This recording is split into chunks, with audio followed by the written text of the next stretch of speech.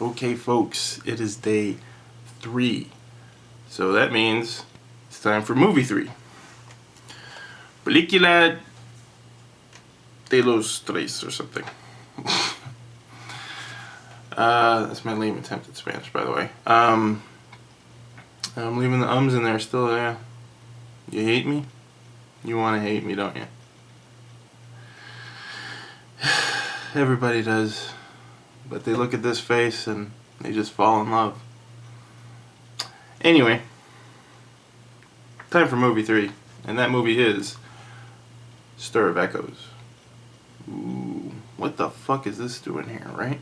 That's what you're asking yourself, right? What the fuck is this doing here? Well, I'll tell you what the fuck this is doing here. It is a good fucking horror film that had the misfortune, the extreme misfortune of coming out at the same year as The Sixth Sense.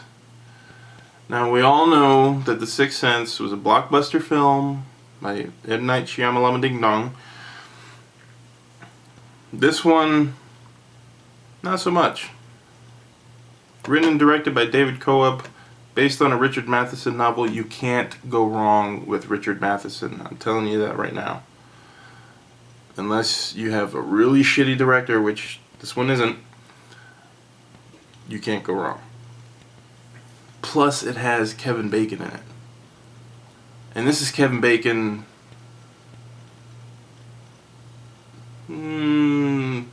right before the beginning and the end of his career, when his face started to melt off. He puts on such an intense performance as the blue-collar Chicago worker in here, because that's where it takes place, in the inner city in Chicago, in a haunted, abandoned, well, not abandoned, but apartment building.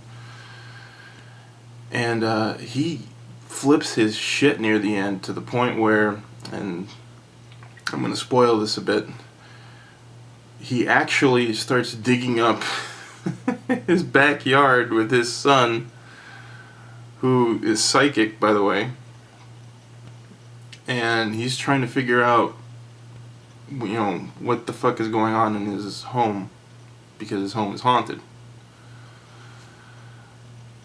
That's the brief synopsis, basically. That's the most I'm going to give you. The real tension isn't between the ghost and Kevin Bacon. The real tension is between Kevin Bacon and his wife, who can't see the ghost, doesn't understand what the fuck is going on, and sees her husband lose his fucking mind, basically, because of all the shit going around in front of him, and in front of the child, too. So she's trying to understand it. And it's so... It's funny and it's scary at the same time. Again, they don't make movies like this anymore. This is 1999, so it's not that old. For some reason, I don't understand. They some people lost their way. You know what I mean? It's just not there. Anyway, go pick it up. It is dirt fucking cheap. The Blu-ray is serviceable for what it is. That's dirt fucking cheap too. You'll like it. Trust me. You gotta trust me here, folks. I wouldn't lie to you. All right. I'm Gio. I don't lie.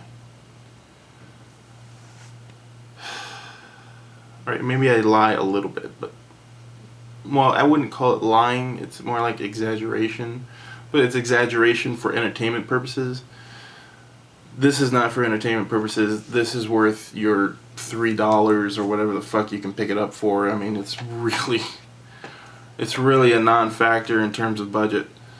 But you get a great night of entertainment out of it. I swear to God, it might be even on Netflix, so you can check it out on Netflix. I mean, you're already paying for the shit.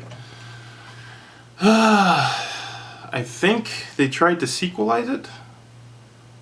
I'm not sure. There was talk of a sequel. I'm not sure if they actually went through it, but if they did, it sucks to be them, because I heard it was shit, or was planned to be shit. But thankfully, I haven't heard of a sequel, so I don't own the sequel, so I didn't watch the sequel, so I'm not traumatized by the sequel. There's only one movie, and that's Kevin Bacon staring at me through the doorway of, I guess, ghostly things. It looks pretty, doesn't it? He's staring right at you. I see dead people. Oh no, wait, that's another movie. I see dead people in my apartment. No, that's another movie too. Fuck. Okay, there's really nothing original about this, okay? Watch it for the acting, which is why you should watch any movie. The acting and the story. And there's no big explosions at the end or anything. Isn't that nice? Isn't that nice not to have to worry about, well, is the house going to explode at the end? Or is there going to be like a big fight? There is a confrontation, but it's a subtle confrontation.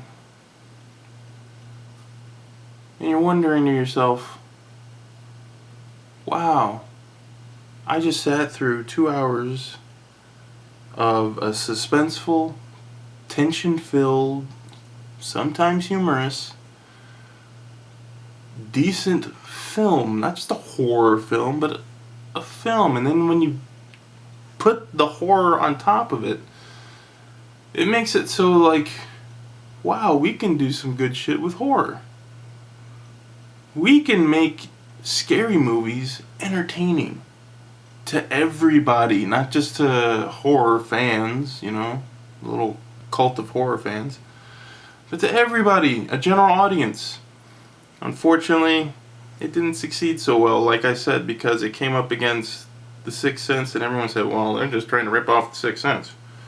It's got a kid and a guy, so it must be The Sixth Sense Part 2, you know. People are fucking idiots. Anyway, go watch it. Part 4 coming up tomorrow. You know the drill. Haven't picked out the movie yet. Well, I have picked out the movie yet, but you ain't gonna find out about it till tomorrow. And what's tomorrow? Tomorrow's Tuesday. Yeah, I am out of it. This is such a bad video. Thank God I disabled the ratings, because I can just see it plummeting down. Oh, by the way, speaking of down, you can do me the biggest favor in the world. If you love me, if you love this face, you can do me the biggest favor in the world. Click the ads on the video. Just click them. You don't have to buy anything. Just click the videos, the ads on the videos. When it comes up, ads, I get like 30 cents. Do me a solid. Do me a solid. I can afford more stuff like this. I can afford better stuff. I can actually have the Blu-ray of this instead of just the DVD. You know, this is from fucking, what, 2001? Please, please. $1 a day makes all the difference. Okay? Please help me. And take care.